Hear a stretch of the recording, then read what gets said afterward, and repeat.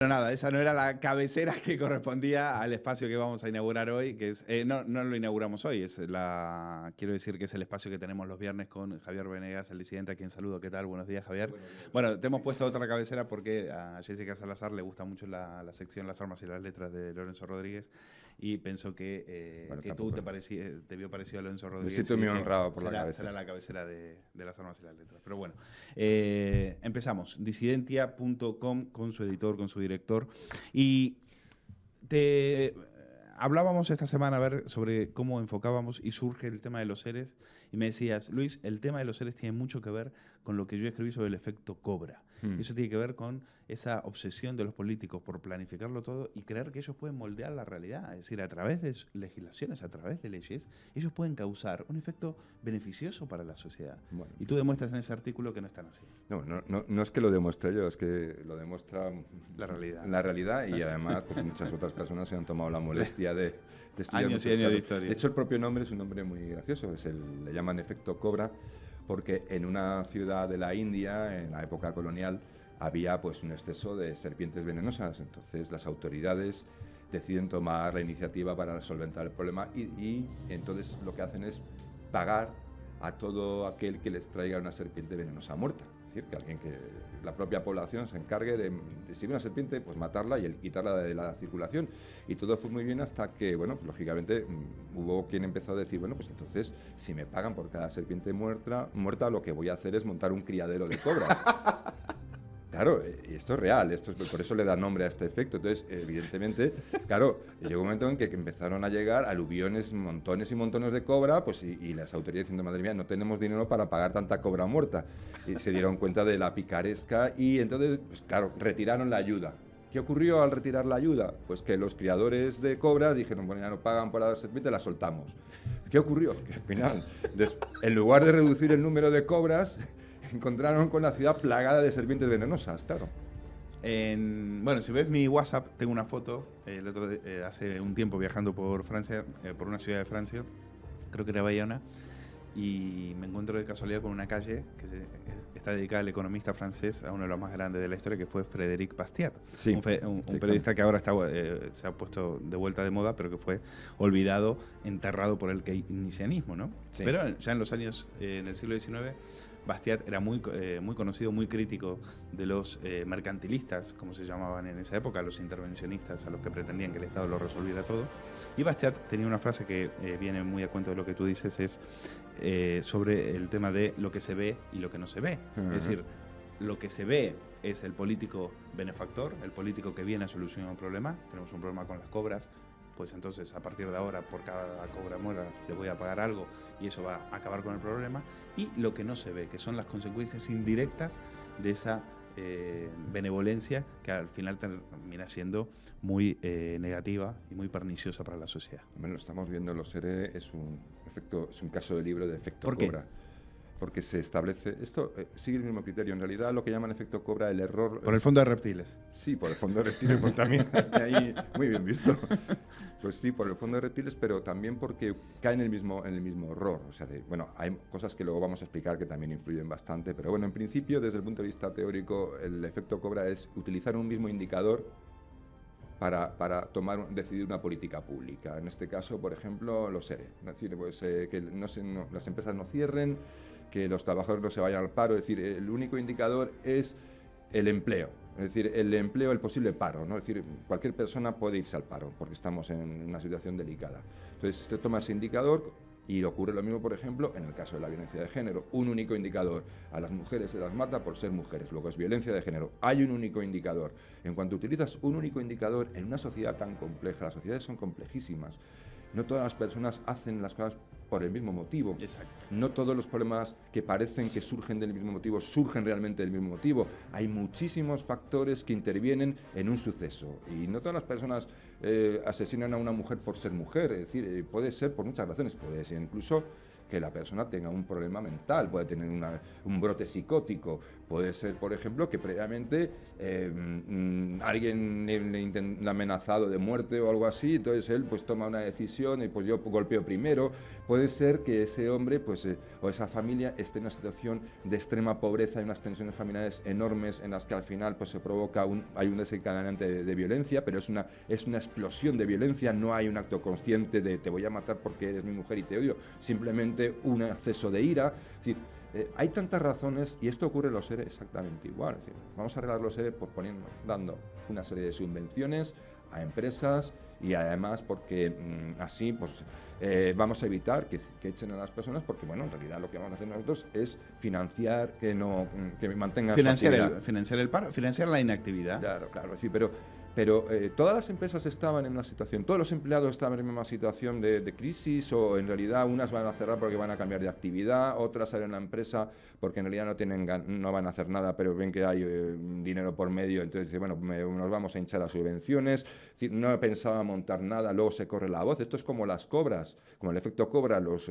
indios criando las cobras y en los criaderos para luego cobrar por cada una. Y luego aparecen los buitres, porque aparecen los abogados que ven un negocio, aparecen los sindicalistas que ven un negocio.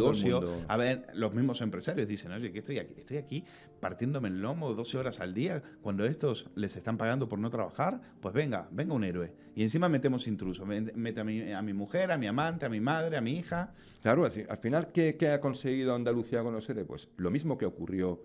Lo fundamental es la corrupción y lo segundo, que no se ha convertido en un territorio empresarialmente más activo y más productivo. Está peor que antes de aplicar la política de los ERE. Intentaron solucionar un problema y lo que hicieron fue enquistarlo, fue agravarlo. Agravarlo y multiplicarlo. Es que... es que esto es tan evidente que bueno, pues parece mentira que los políticos sigan.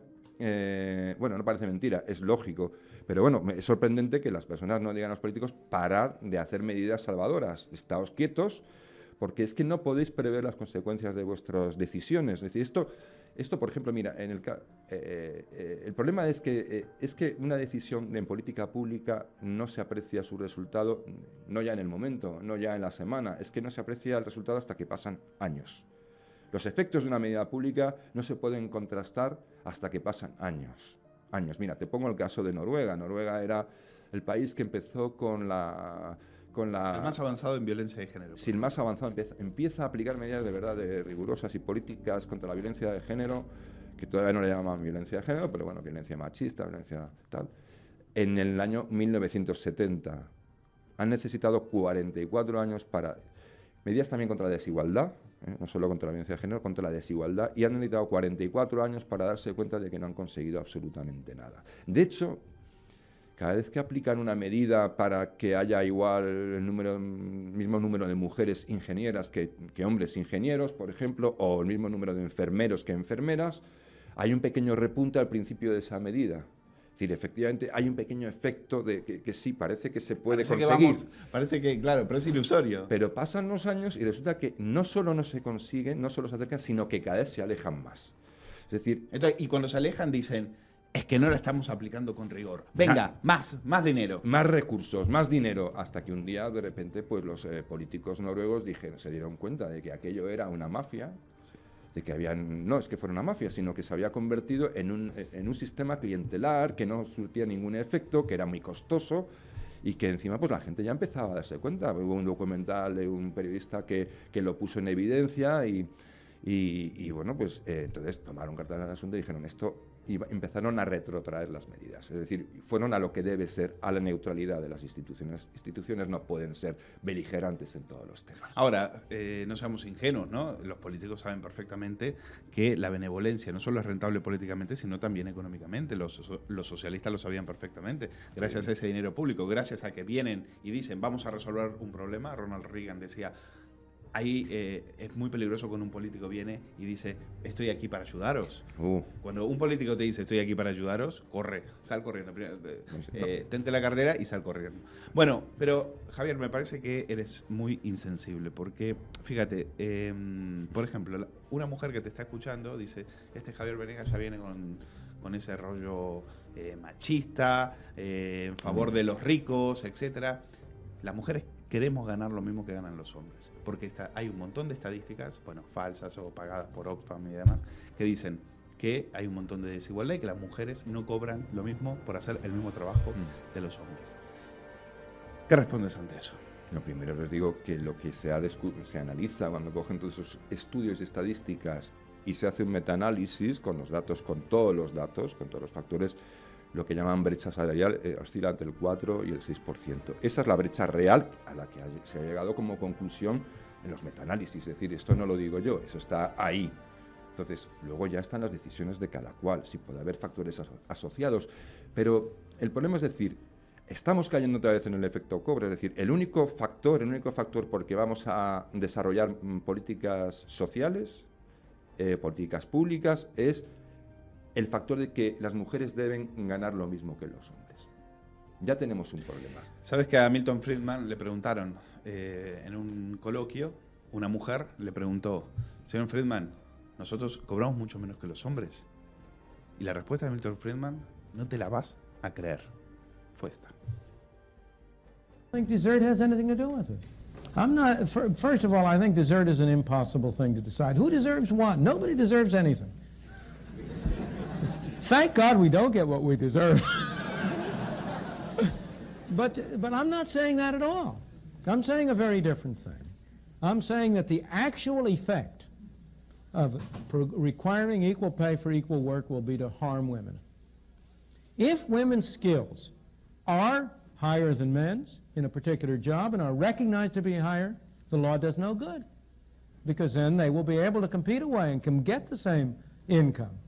If their skills are less for whatever reason, maybe it isn't because it's their sex, maybe it's because they were out of the labor force, maybe it's for other reasons, and you say the only way you are able to hire them is by paying the same wage, then you're denying them the only weapon they have to fight with. If the unwillingness of the men to hire them is because the men are sexist, what's the phrase, racist, sexist pigs or whatever, if that's the only reason they want to hire them, nonetheless, you want to make it costly to them to exercise their prejudice. If you say to them, you have to pay the same wage no matter whether you hire women or men, then here's Mr. Sexist Pig. It doesn't cost him anything to hire men instead of women. However, if the women are free to compete and to say, well, now look, I'll offer my work for less, then he can only hire men if he bears a cost. If the women are really good as a man, then he's paying a price for discriminating. And what you are doing, not intentionally, but by misunderstanding, when you try to get equal pay for equal work laws, is what you are doing is reducing to zero the cost imposed on people who are discriminating for irrelevant reasons. And I would like to see a cost imposed on them. I'm on your side, but you're not. Le estaba viendo la cara a Javier Venegas, que estaba hipnotizado por las palabras de Friedman. Sé que le han ocurrido por lo menos 2 o 3 artículos más para disidentia.com. ¿A que sí? Sí, por lo menos y más, porque esto da mucho de sí. Luego, si quieres, retomando la cuestión, hay otro factor importante de las políticas públicas, es la inmediatez de los intereses propios. Lo estamos también comprobando en todas las políticas públicas. Es que esto no nos lo inventamos aquí, es que esto es un hecho comprobado. Si tú puedes desarrollar políticas públicas que además son difíciles de contrastar porque necesitan que pase mucho tiempo para ver los efectos, pues puedes, como decías tú muy bien antes, cuando, por ejemplo, en el caso de la violencia de género no hemos avanzado absolutamente nada, pero llevamos miles de millones de euros gastados y ya tenemos una superestructura dentro de la administración que la estamos pagando año tras año. El otro día, creo que fue ayer o antes de ayer, en las Cortes Valencianas, excepto un partido, que creo que fue Vox, todos votaron algo que llaman emergencia feminista. ¡Hombre!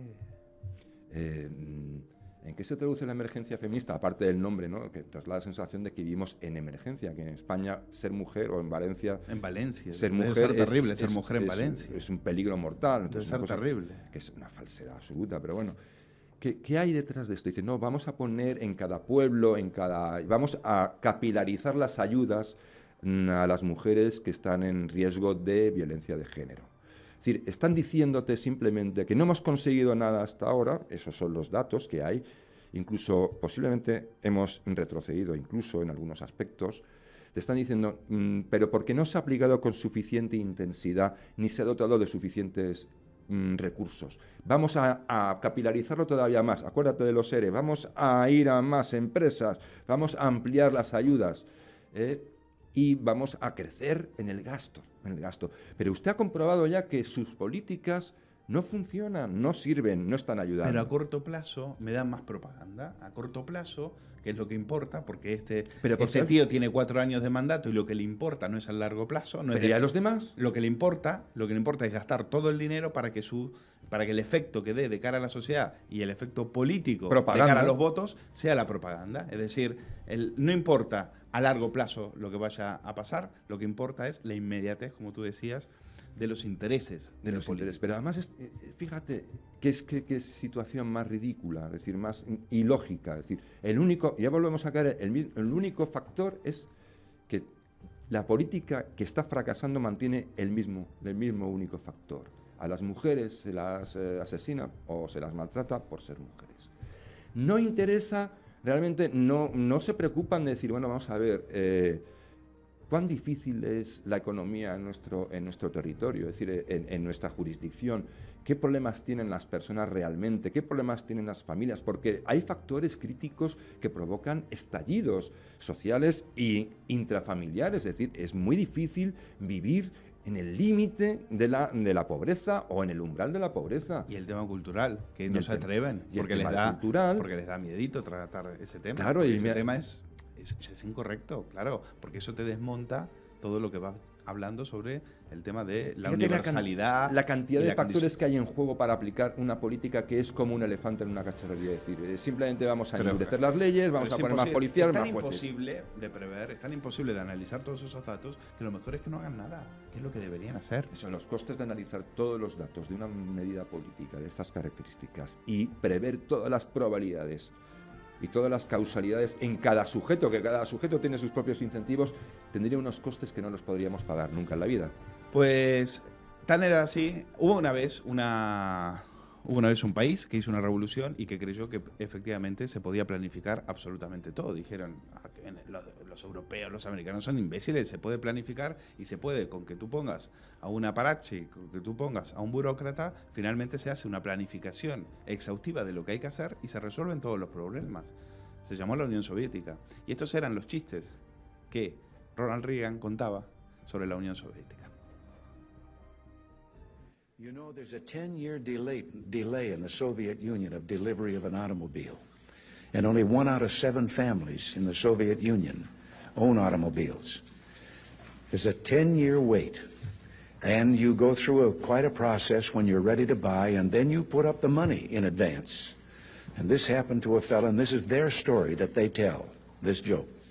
That this man, he laid down his money, and then the fellow that was in charge said to him, okay, come back in 10 years and get your car. And he said, morning or afternoon?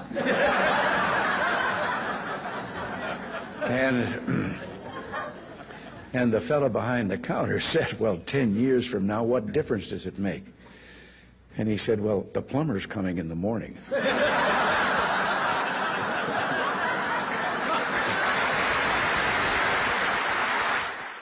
I have a new hobby. I am collecting stories that I can actually prove are told among the Russian people. They make them up themselves, they tell them between themselves, reveals they got a great sense of humor, and they've also got a little cynical attitude about things in their country.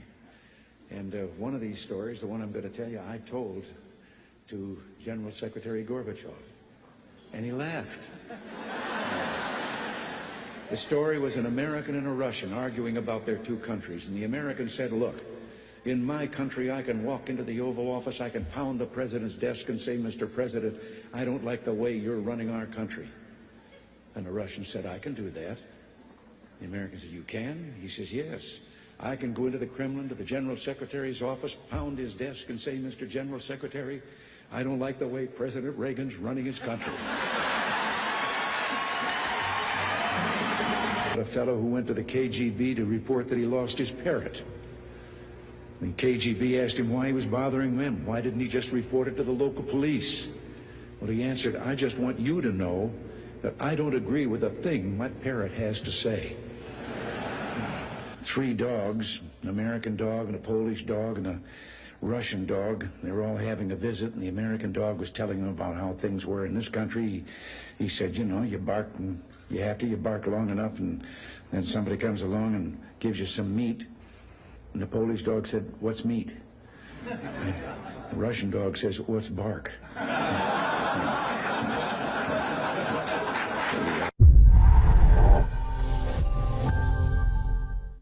Bueno, para poder entenderlos en todo caso, si no entendéis inglés, lo podéis ver en Dailymotion, que es donde podéis ver el vídeo de lo que acabamos de pasar. Están subtitulados, lo digo por los que nos escuchan a través del podcast o en el directo de Radio Ya. Entrar a Dailymotion, ahí tenéis todo los quilombos, ahí podéis escuchar esta sección con Javier Venegas y, por supuesto, después de eso vais a disidentia.com y os convertís en mecenas del proyecto de Javier Venegas, que bueno, que se está forrando, que ya no sé cuántos mecenas tiene y no para de trabajar, eso sí. Eso sí. Forrarnos no es el objetivo, ni harían falta decenas de miles de mecenas para que... Pero si os va bien es porque lo hacéis bien. Sí, no nos quejamos, tenemos buenos mecenas, pero claro, un proyecto de estos es una máquina de tragar y de engullir porque constantemente tiene que crecer y tiene que proporcionar cada vez más y más y más.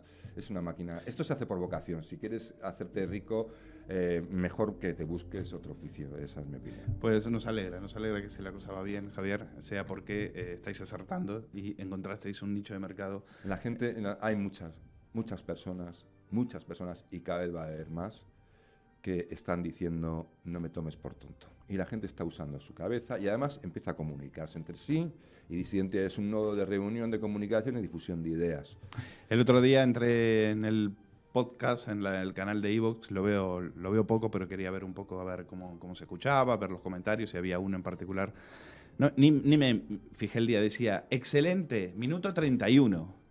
Y me quedó la curiosidad, dije, minuto 31, ¿qué habremos puesto el minuto 31? Y fui al minuto 31 y era cuando empezaba la charla con Javier Venegas. Con lo cual, Javier, gracias por estar aquí una vez más en el Quilombo. La semana que viene tenemos más sección de disidentia.com. Ustedes quédense porque viene JF La Mata con el extintor y hoy tenemos un invitado muy especial. ¿Habrá aceptado Alfonso Rojo el reto que le puso JF La Mata de venir aquí los viernes? Lo veremos ahora. Dentro de poco, unos minutos, ya venimos.